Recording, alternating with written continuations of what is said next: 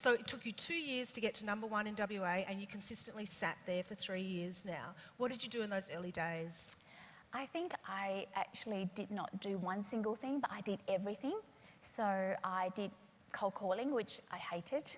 I had to call, up to about 7:30 because that's when people come home and they're more willing to talk to me.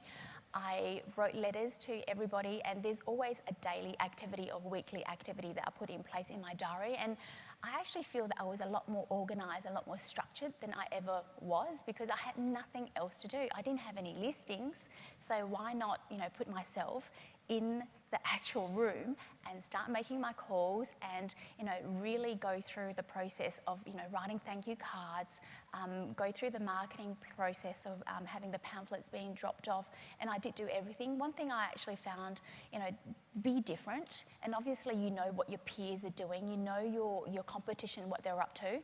If you know what they do the opposite. When I talk about the opposite, I'm not saying don't do what they do, but try and work out a different marketing diary, different approach. And, I would go out of my way when I did have that one listing, I would actually invest in a lot of, I suppose, little gifts to clients who even come to my home open. I'm just so thankful that they're actually there because I'm just thinking, we've got buyers. Yeah, I'm so thankful because I'm thinking, well, one buyer who comes through, they must have a property to sell. So if I've got 30, maybe I've got a one in 3 chance because they're all property owners. If they're not property owners, they might have a friend who's a property owner. So really just working on that process. And, we were giving out sunshades for the car that's got my name on there. We were giving out sunblocks. I was giving out wine, leather wine holders.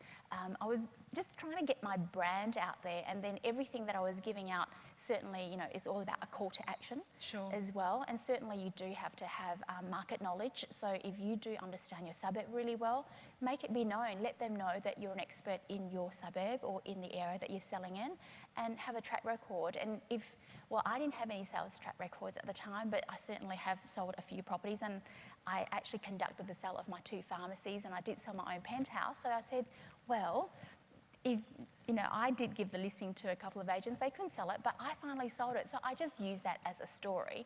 And I think stories are very good because people relate to you instead of just giving them, what's just sold down the road. Of course, they can look it up, but explain to them how it all happened. You might know the buyer who actually transacted the sale. You didn't do the listing, but you know the buyer. So if you know the history of that, the chances of them liking you is a lot higher as well. Sure.